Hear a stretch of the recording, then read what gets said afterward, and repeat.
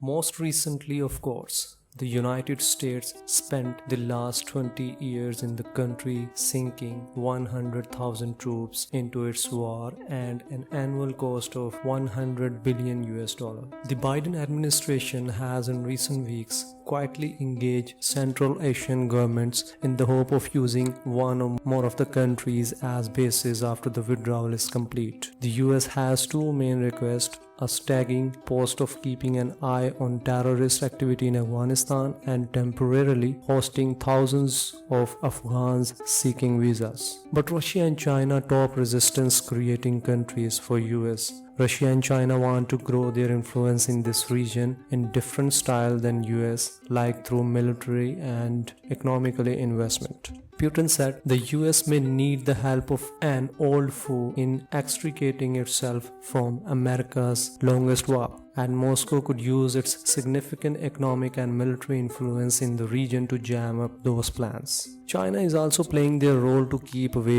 US from Central Asia. China wants to welcome the Taliban back to the political mainstream, as well as superpower China is making inroads into the troubled nation. Like China's western Xinjiang province neighboring Afghanistan is a strategically vital fork in the communist superpower's Belt and Road Initiative. Sitting on the arterial China-Pakistan economic corridor of cables, pipelines, roads and railways, the Afghan capital Kabul has become the latest target of Chinese investment, and Beijing has proposed $62 billion investment in Kabul. Prospect of such an agreement with one of the Central Asian states now is unlikely given the sore state of relationship between Washington and Moscow, which is at one of its lowest points since the Cold War. Many of these countries are dependent on Russia and to some extent China for exports as well as military equipment and training. The former Soviet Republic states need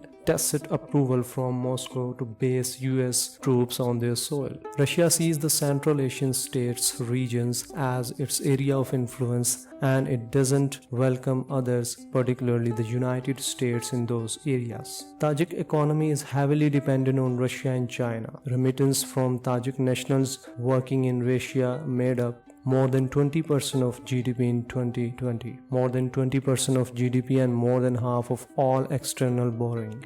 On the military front, Tajikistan is the member of the Collective Security Treaty Organization, a military alliance of selected former Soviet states, and already hosts a Russian military base on its territory. China too is building a post on the border with Afghanistan. So under these circumstances, United States in trouble and no way to find out for their bases near to Afghanistan to show their further presence in that region after complete withdrawal due to heavily increasing influence from Russia and China in this region.